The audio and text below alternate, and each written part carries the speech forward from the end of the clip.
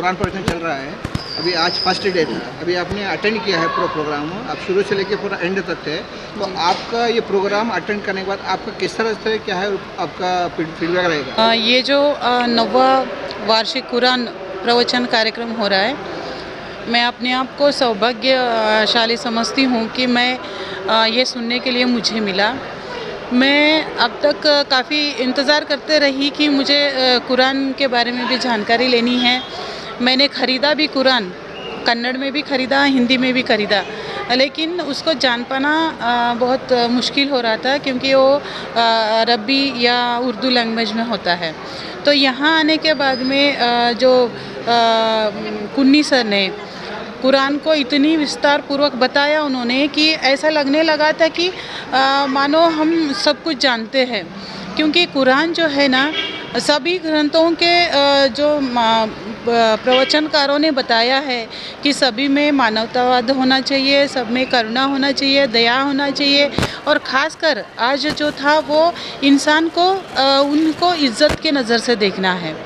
तो वो जो था वो इतनी सुंदर भाषा में उन्होंने बताया कि कभी भी इंसान जब बनाया है भगवान ने तो कभी छोटा बड़ा नहीं बनाया, कोई खूबसूरत बदसूरत ऐसा नहीं बनाया, कोई गोरा काला नहीं बनाया, या कोई बड़ा या छोटा ऐसा नहीं बनाया।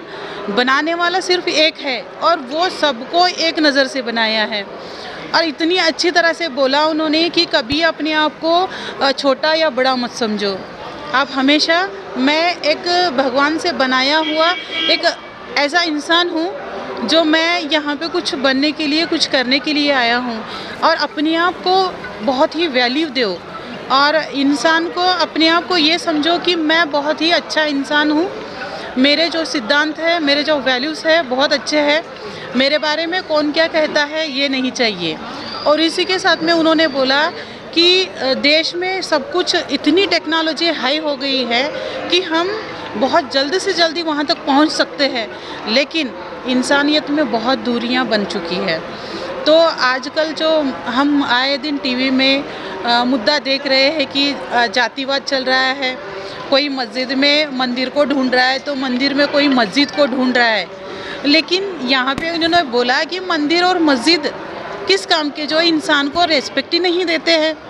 ऐसे मंदिर बहुत से बनाए हैं, इंसान को वहाँ पे वैल्यू ही नहीं है, उनका इज्जत ही नहीं है। अगर ऐसे मंदिर है, ऐसे मस्जिद है तो कोई काम का ही नहीं है। तो उन्होंने बोला कि सब में भाईचारा होना चाहिए, सब में रिस्पेक्ट होना चाहिए।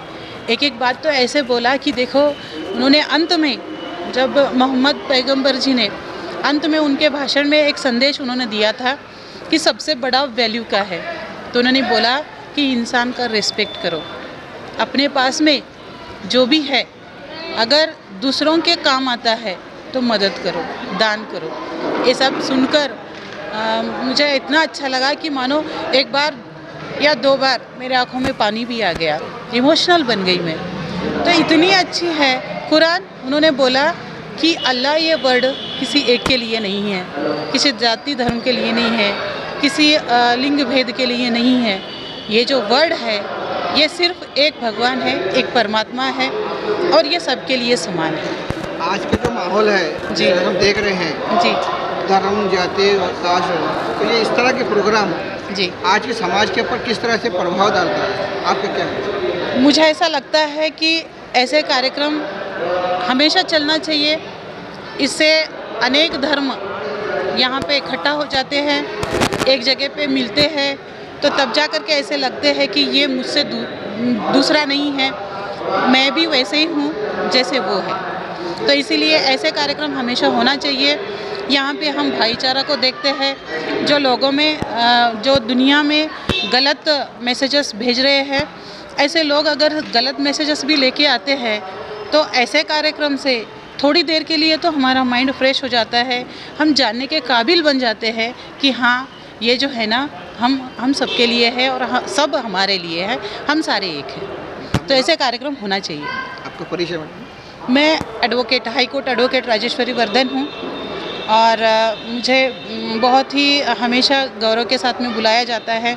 मैं बहुत ऐसे कार्यक्रम अटेंड करती हूँ और मुझे बहुत खुशी होती है कि मैं जब कभी भी ऐसे प्रोग्राम्स में आती हूँ, क्योंकि मैं भी हमेशा यही चाहती हूँ कि एक दूसरे के काम आए और एक दूसरे का रिस्पेक्ट करें। हमारे देश में जो ये जातीयता की जो बहुत बड़ी खाई है, ये मिटे और हम सारे एक होकर के जिए।